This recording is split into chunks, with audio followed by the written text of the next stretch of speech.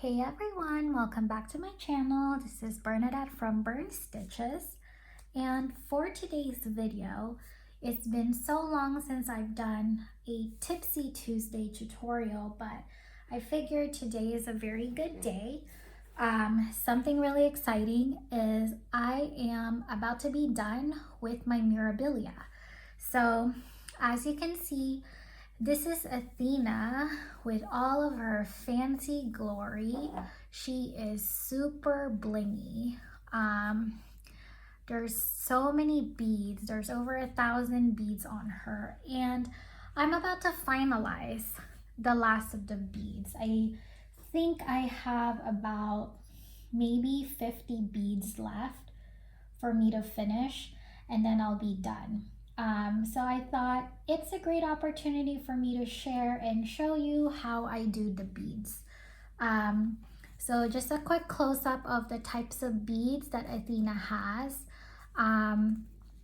As you can see over here on her head, she's got the regular glass beads. She also has some treasures. So this really big ones, these are treasures. And her dress as well. She also has some petite beads. So the purple looking ones right here, these are the petite beads.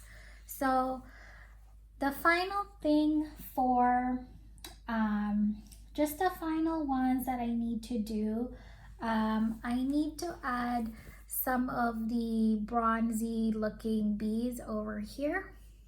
And then I just need to attach about 4 treasures left. So I just want to share with you how I do this. These are the treasures that I will be using. These are kind of pricey for how much you get. These only come with 3 treasures per project. I think this is about $2 from 123 Stitch, but I mean, you only get like 3 pieces. The other thing is I've invested in a kind of like a bead container to put all of my Mill Hill beads. So I am actually going to take the time this week to fill all of these up. As you can see, I've gone ahead and started. These are all of the beads left over from Athena. There were about 5 of them. So there's this one that's left. I'm completely done with this color. This blue one, kind of like a champagne color. And then this one is the petite beads. And then this is the only one that I'm not done using. So I'll probably fill up my container in a second to add more of the beads. So I'm planning on using this to store all of my mill hills, just so also I can see if I do need to purchase more if I start a new project. Athena was my very first Mirabilia that I stitched, so I bought everything for the project. But as I kit up more Mirabilias, I noticed that they might ask for the same types of beads. So rather than purchasing a new bead pack each time, and since I'm planning on working on only 1 or 2 Mirabilias at a time because they're quite big and also expensive to kit up, I figured that I will put everything that I have in here so that I know if I actually need to get more. And that way, you save a little bit of money and, it doesn't go to waste. So there's that. If you do diamond painting, you'll recognize this tray. This is actually what I use to put all of my beads. Especially because for Athena, her beads are not just the same beads over and over again. I can show you a little bit closer, but for instance, in here, this is a combination of 2 different beads.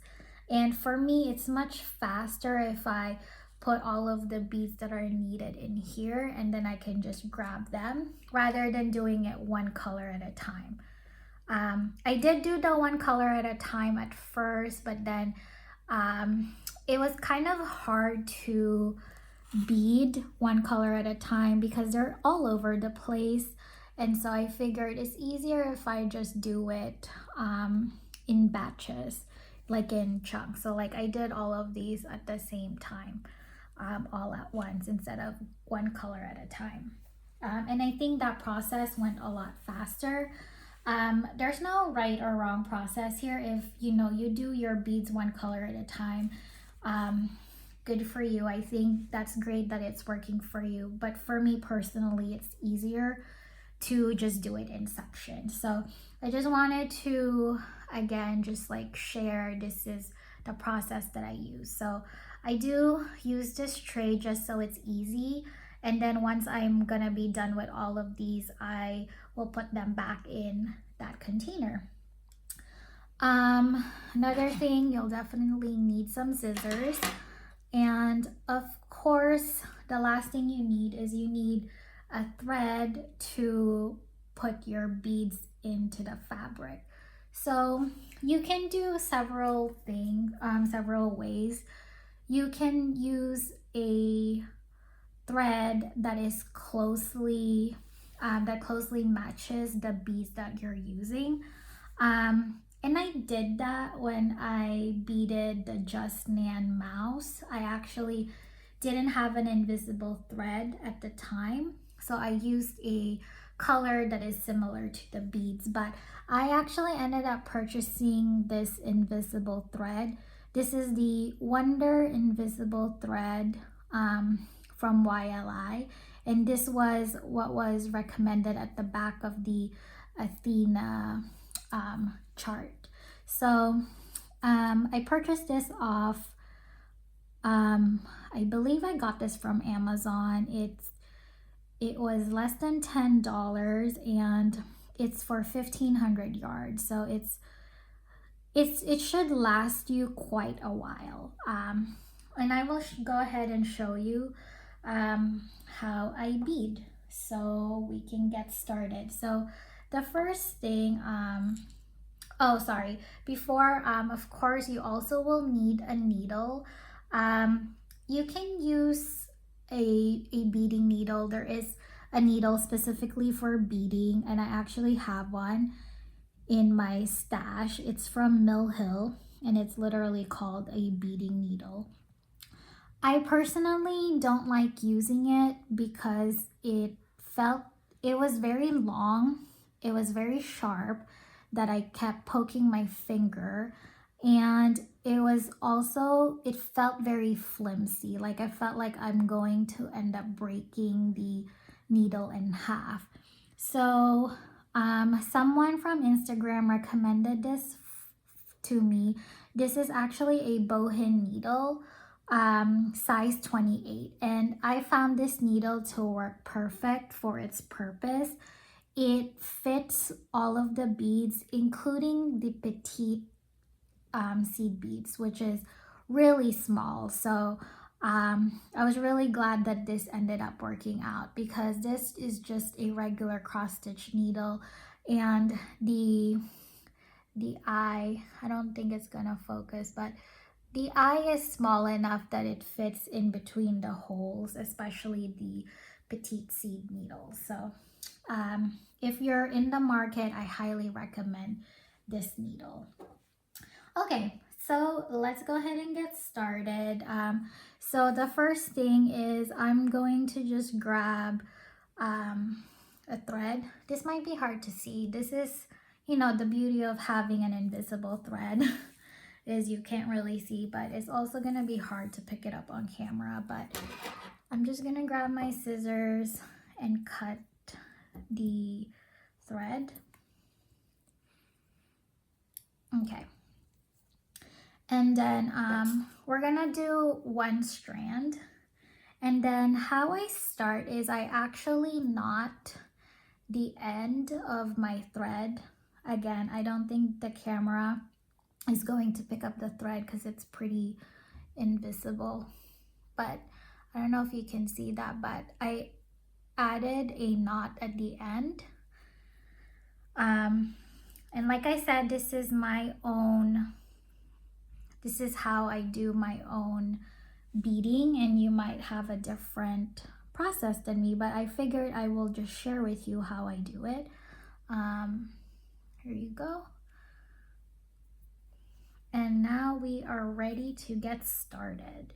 So let me just quickly adjust the camera, make sure that you can see. Okay, I just turned on the light just so we have more light coming in. Okay, so how I do this, because the knot is quite small, and I don't want it to slip through, what I actually do is I bury the thread underneath with the knot so that it's extra secure. So because my threads are gonna go around here, I'm just gonna go here and go through the back, just so when I pull it, it will anchor itself. So yeah, I don't have to worry about it coming out. Now, when you do your beading, you have to figure out what direction your beads, you want your beads to lay. So as you can see from here, my beads are going this way. Like, that's how the beads look. And to achieve that, I go from when you're basically going to make an X. So here's an example. This is going to be, oops, sorry, I'm off camera. This is where my bead is going to lay. So I will basically start it off like I'm gonna start a cross stitch. And when I'm about to make my leg, I will grab the bead that I need. So in here, oops, in here, I will grab that bronzy bead with my needle, and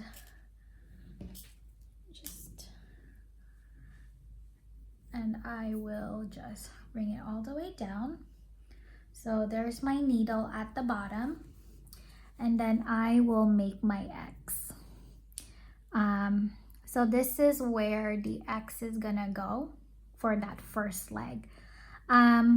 Now I stitch in hand when it comes to beading, so I will actually move my needle so that it will go back out in that original hole, kind of like if you cross stitch in hand using the sewing method. So I will just pull that, and this is how the bead looks. So as you can see, it's laying like this.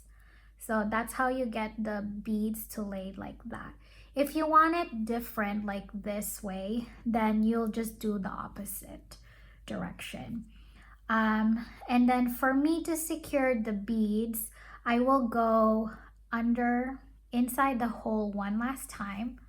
So as you can see, I will do that, and I will insert the needle and pull through one last time, and then I will go back again in that hole where I would make the X, and then I will then go to the next section where the next bead will go.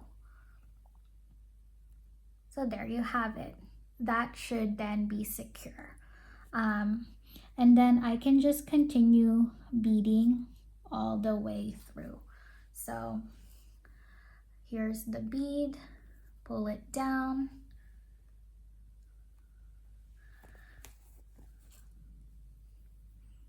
and then go through the hole, and then make your X or your first leg, and then go again inside like so, and then just quickly not quickly, but then go through the next portion where your next bead will go. So this will be my third bead, will be right around here. So yeah, so that's how I keep my beads uniform in the way that, in the direction that they're going through. Again, it's up to you. I have seen other people where they mix and match the direction of their beads. It's completely up to your preference. There's really like no right or wrong answer here. It's, you know, it's your project. Bead how you want it to look like. You just need to figure out which way you want, so you're not, you know, you don't have, it looks clean if it looks like you have like a direction you're going through. So yeah, that is it for the beading. I'm gonna go ahead and bead the rest of this. I think I have about 40 to go, and then I will come back and show you how I attach the crystal treasures afterwards. So stay tuned for a couple of seconds. All right, so I just finished beading the last of the beads. So this is the finished product of that one. There you go. All right, so I only actually have 2 treasures left. I did not realize that this, that I forgot to mark that I finished these 2 already. So I thought I had 4 treasures to also do, but it looks like it's just 2.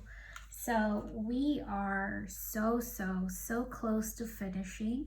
The next 2 treasures that we need to attach will be going into these 2 sections right here.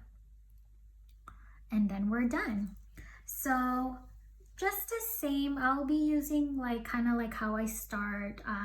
I grabbed an invisible thread, I knotted the end, and I'm going to run it through the back to extra secure it, and then I'm going to attach the treasure. So this is the treasure that we will be using. This is 13063 crystal treasures.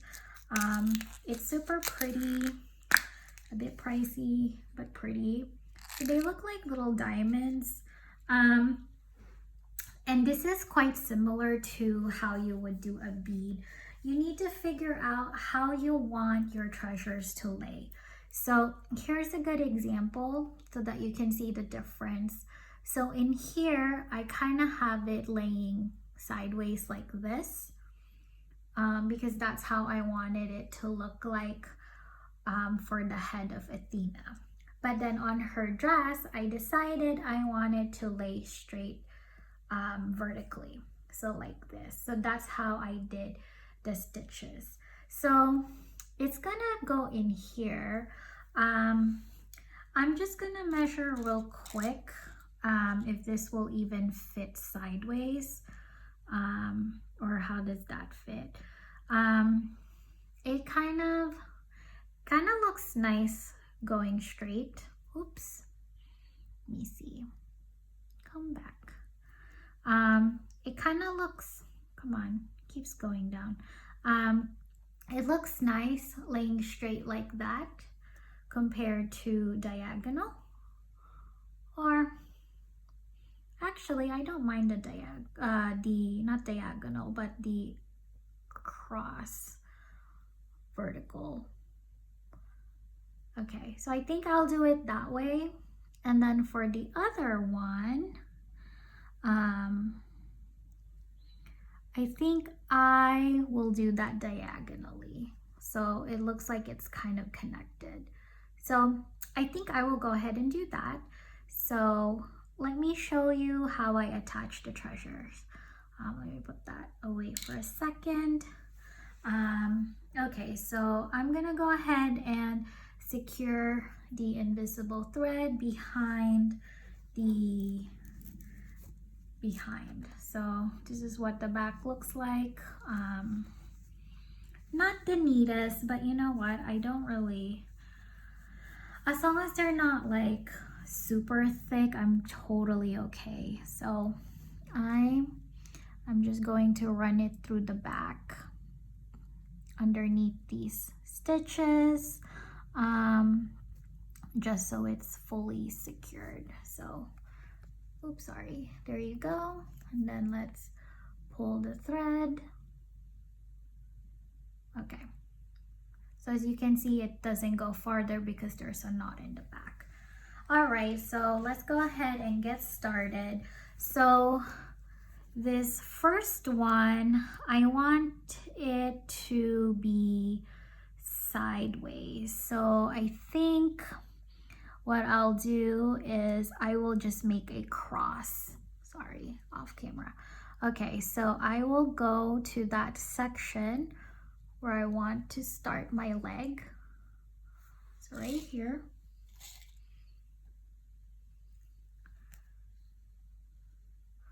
I'm going to pull the thread up. Okay, give me 1 second, it came off the needle.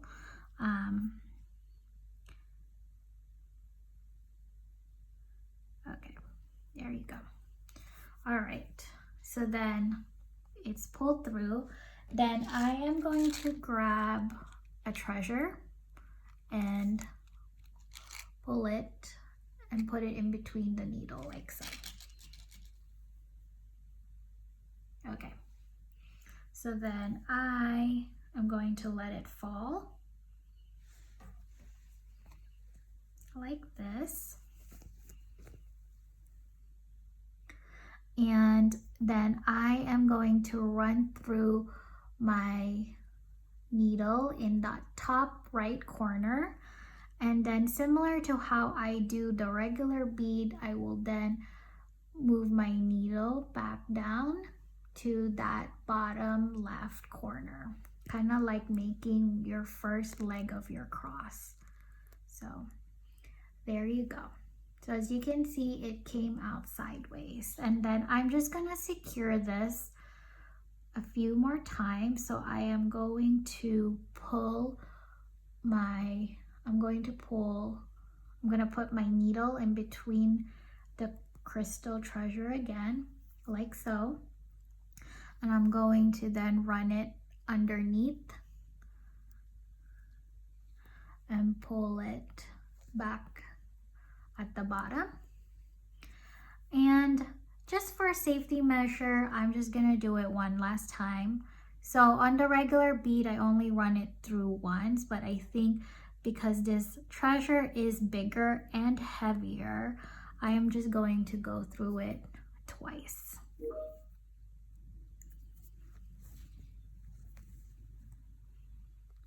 Perfect. Oh, sorry. Okay, so yeah, now it's fully secured. Okay, so now we're gonna go through the next one.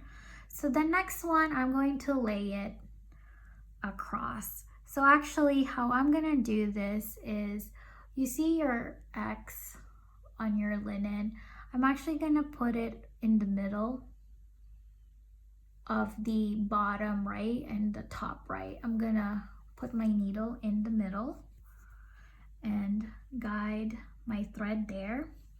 And then I am going to pick up the treasure and get it through my needle like so, like how we did it earlier. And I'm going to let it go down. And then for stitching, I will then put the needle down in that middle between the top left and bottom left, so in the middle, like so. So now it's laying across, and then I'm just gonna run through this several times just to fully secure it. A few have asked me this. There was one that asked me on my latest video, and then there's some that asked me before on Instagram on how to start a Mirabilia. and what fabric count to use. So using Athena, of course I've only done Athena, but Athena was quite huge.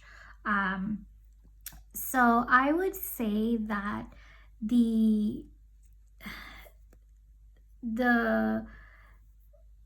I would say that I will recommend no more than a 16 count or 32 count if you're stitching on linen or even weave 2/2, because if you have tons of beads and you're trying to stitch on an 18 count or 36 count, you're gonna have a hard time beading, especially if you have beads like this where they're kind of in consecutive order. The fabric might be too squished when you do your beading. So I think the smallest you can go is a 16 count if you're stitching on in Aida, or 32 count if you're stitching 2/2. That's just something that I learned, so definitely something to keep in mind when you're doing your project. Yeah, that's really pretty much it. I'm done securing these. So I actually forgot to show you how I end my my thread for beading, but it's very similar to how I end my stitches. I just run the thread in the back against all of these other stitches. I do run it quite a while underneath a lot of stitches, just so that I know it's not gonna come off. So yeah, that is really it. And then I'm just gonna cut this through, and that is it. I am now fully done with Athena. She is a beauty. Oh my god, I can't get over how blingy she is. Look at that. She's so pretty. Beautiful projects.